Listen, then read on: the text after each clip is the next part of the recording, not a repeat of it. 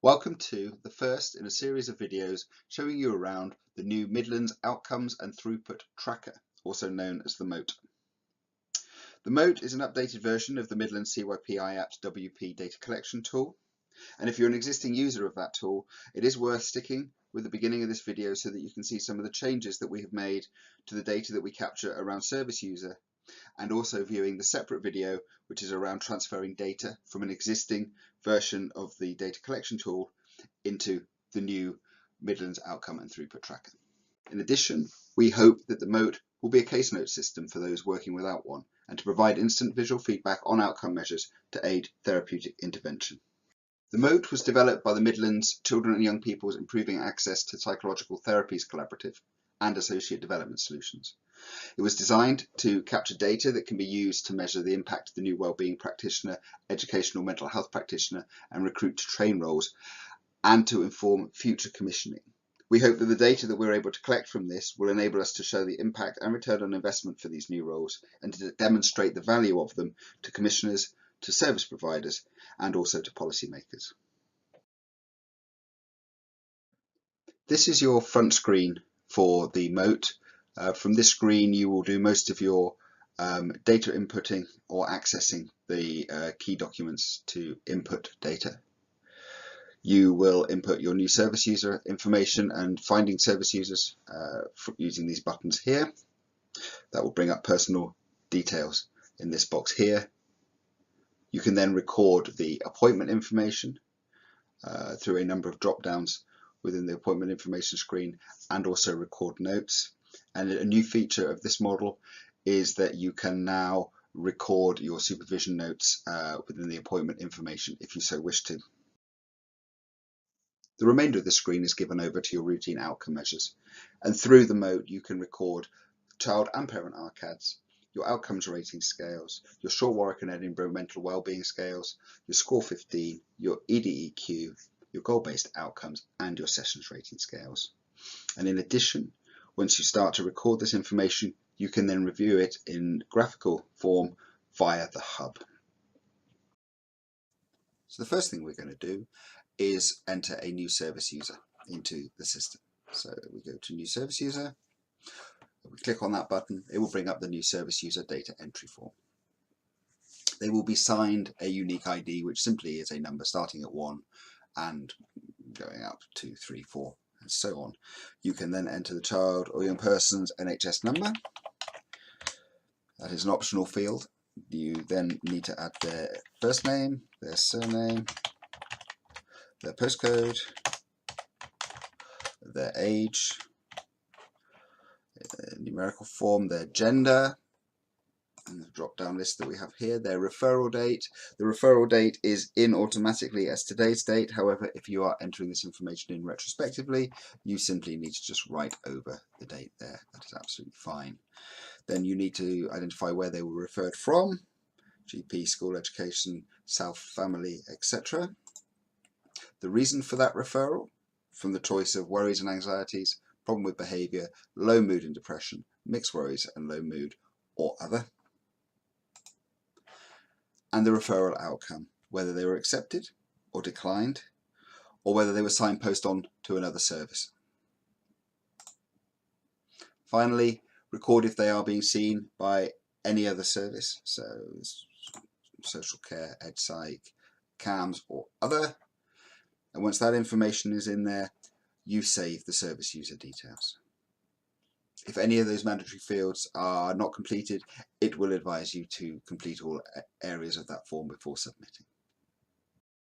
Once we've recorded our new service user into the system, we can then bring up their details so that we can start to record appointment information or the details of any outcome measures and goals that may have been set.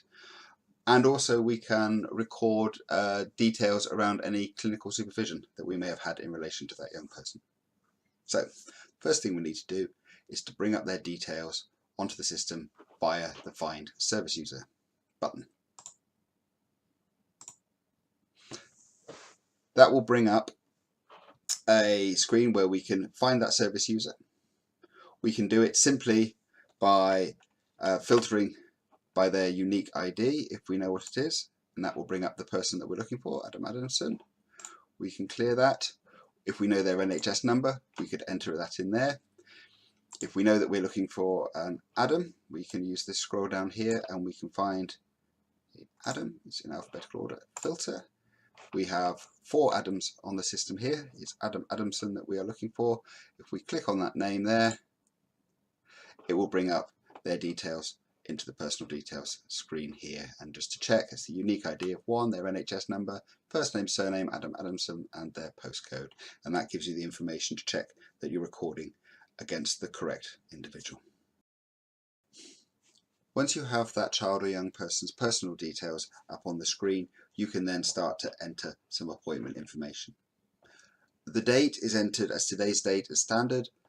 If you are entering this information retrospectively, simply override that date with the correct date. The type of appointment, whether it's an assessment, a treatment, a review, a follow-up, a routine outcome measures, or simply a supervision appointment. Consultation method, face-to-face with a young person, group work, telephone calls and so forth. Don't enter these obviously if you are recording a supervision. The consultation setting, whether it's a children's centre, the home, NHS, public space or school or education. The type of treatment that the child or young person received from that list. The appointment outcome, whether you've booked the next appointment or whether that child or young person has been discharged, and that may be because they're recovering or there's been some onward referral to another service, or indeed that child or young person has disengaged. Okay. If they are a no-show, record the details of their no-show in here. Okay. Either leave blank or put not applicable if not, and also record the session duration in minutes. If you'd like to record some notes, and indeed if you want to start using the system to record notes from supervision, enter that information in here. So if we want to record some outcome measures for this child or young person, we would do it on the right hand side of the screen. We have ARCADs here, and if we choose a child ARCAD, we get the electronic version of the ARCAD form. As is standard with the ARCAD, we need to record the child or young person's gender and their school year. In this form, that is the UK school year, you don't need to convert to American school year.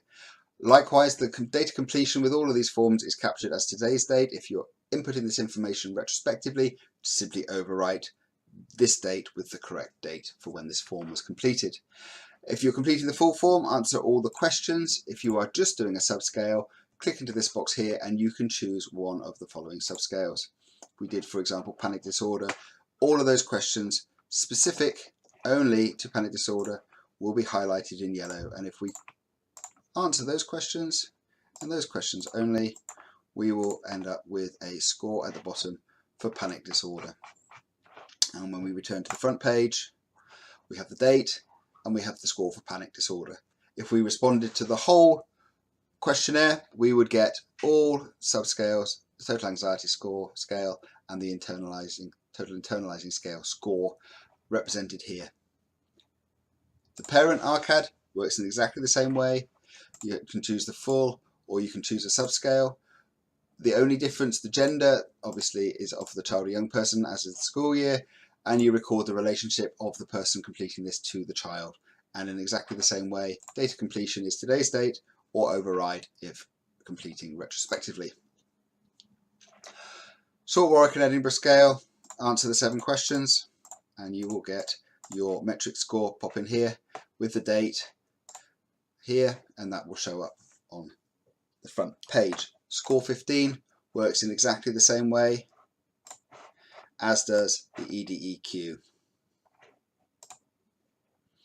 The outcomes rating scale and the sessions rating scale have to be paper based because they require that very specific 10 centimetre long line.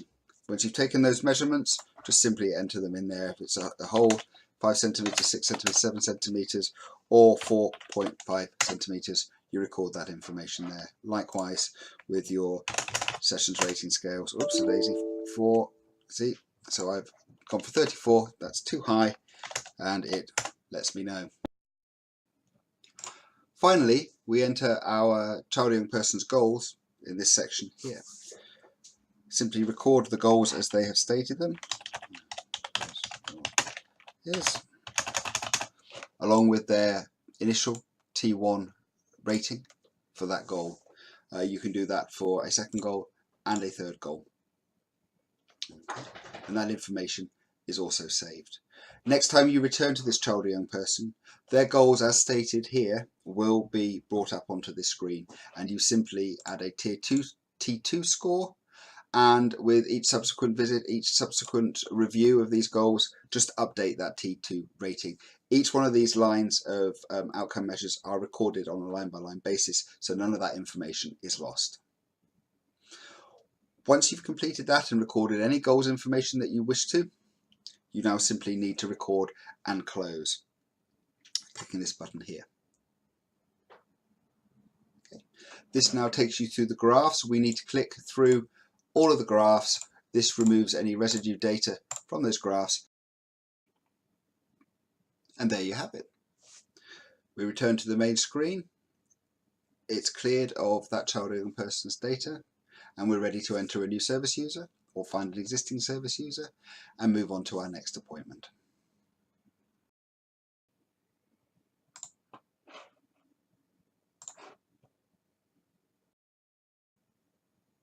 Okay, so back with our child or young person, I just wanted to quickly show you around the hub. So the hub is the area where we can access the graphs and also the appointment records for that child or young person. So if we go to appointment records, you can see that we have the information for our child or young person, the dates of the assessments or appointments, any treatment that they've received, and the outcomes of those appointments, the duration of those appointments, and also any notes that you may have captured here. Okay. With this child or young person, we also did an RCADS, and you can see now that we have the clinical threshold and the borderline. We see in this top graph we have a total anxiety scale and the total internalizing scale. Here from the 1st of the 1st, which is when we took the whole RCADS. Likewise, we have a single point for major depression, generalized anxiety, obsessive compulsive. But panic disorder, which was the subscale that we were tracking, we can start to see some movement on that in the right direction and so forth. And then here we have that information from each and every RCAD that you've completed for that child. Okay, go back to the hub. We also got some information from the outcomes rating scale, and here we have 5 different occasions where we have taken a measurement for personal symptom and distress, interpersonal well-being, social role, and overall well-being, and here are the numerical values for each one of those, so we can track the direction of travel. That is also true for the Sessions rating scale and the Short Warwick and Edinburgh mental well-being scale. Okay. And the others we don't have information in, but if you went to the score 15, you would see the same thing. So you would have graphical information here, and you will see the data there.